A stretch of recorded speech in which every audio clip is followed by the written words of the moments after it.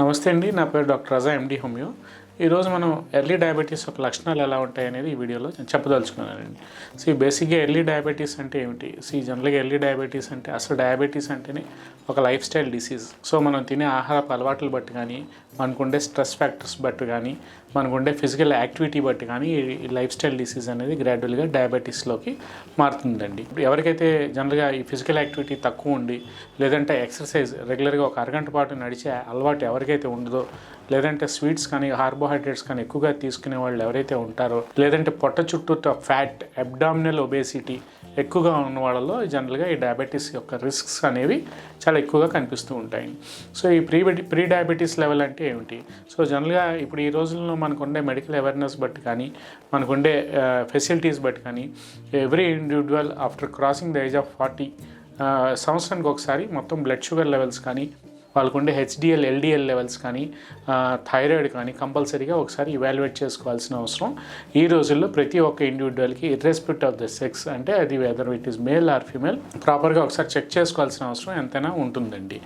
కంపారిటివ్గా మన ఈ non diabetic కానీ, లేదంటే ప్రీ డయాబెటిక్ కానీ, డయాబెటిక్ ఇండివిజువల్స్ మనం తీసుకుంటే, డయాబెటీస్తో బాధపడే ఇండివిజువల్స్లో హార్ట్ ప్రాబ్లమ్స్ అంటే గుండె యొక్క రక్తనాళాల్లో ఈ కొవ్వు పెరిగిపోవటం, అంటే వాళ్ళ కొలెస్ట్రాల్ లెవెల్స్ కొంతమంది అంటూ ఉంటారు, మన క్లినిక్లో పేషెంట్స్ అడుగుతుంటారు, బ్యాడ్ కొలెస్ట్రాల్ వాల్యూ నార్మల్గానే ఉంది కదండి, టోటల్ కొలెస్ట్రాల్ వాల్యూ నార్మల్గానే ఉంది కదా, ట్రైగ్లిసరైడ్స్ నార్మల్గానే ఉన్నాయి కదా అని అడుగుతూ ఉంటారు. అయినా సరే జనరల్గా ఒక నాన్ డయాబెటిక్ ఇండివిజువల్కి ఒక బ్లడ్ వెజల్లో బ్లాక్ వస్తే, జనరల్గా ఈ డయాబెటీస్తో బాధపడే ఇండివిజువల్స్కి కొంతమందిలో మేము చూస్తూ ఉంటాం రిపోర్ట్స్, వాళ్ళలో 2-3 రక్తనాళాలు కూడా మూసిపోయే ఛాన్స్ అనేది చాలా ఎక్కువగా, రిస్క్ అనేది ఎక్కువగా ఉంటుందండి.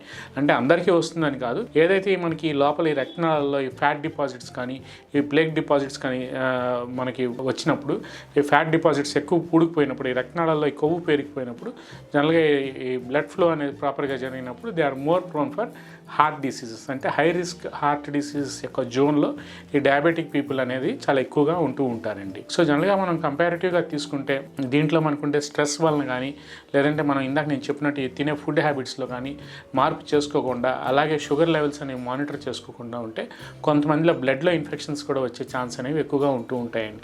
ఇందాక నేను మన ప్రీవియస్ వీడియోస్లో చెప్పుకున్నట్టు ఈ ప్రాపర్గా రక్త సరఫరా జరగకపోవడం వల్ల స్కిన్ మీద ఫంగల్ ఇన్ఫెక్షన్స్ రావడం కానీ, కొంతమందికి ఈ హై రిస్క్ ఈ కొలెస్ట్రాల్ లెవెల్స్ ఎక్కువగా పెరిగిపోవటం కానీ, ఇవన్నీ ఏంటంటే కొంతమందికి ఈ బ్రెయిన్ స్ట్రోక్స్, ఈ హెమరేజెస్ కూడా వచ్చే ఛాన్స్ అనేది ఎక్కువగా ఉంటుందండి. ఎందుకంటే ఎప్పుడైతే మనకి రక్తనాళాల్లో కొవ్వు పెరిగిపోయినప్పుడు ఈ బ్లడ్ సర్క్యులేషన్ ప్రాపర్గా జరగనప్పుడు జనరల్గా ఈ బ్రెయిన్ రిలేటెడ్ డిసీజెస్ కూడా ఎక్కువగా, అంటే ప్రాబ్లమ్స్, మేజర్ ప్రాబ్లమ్స్, ఈ సివియర్ ప్రాబ్లమ్స్ కూడా రావడానికి, స్ట్రోక్ రిలేటెడ్ ప్రాబ్లమ్స్ కూడా రావడానికి ఎక్కువగా ఆస్కారం ఉందండి.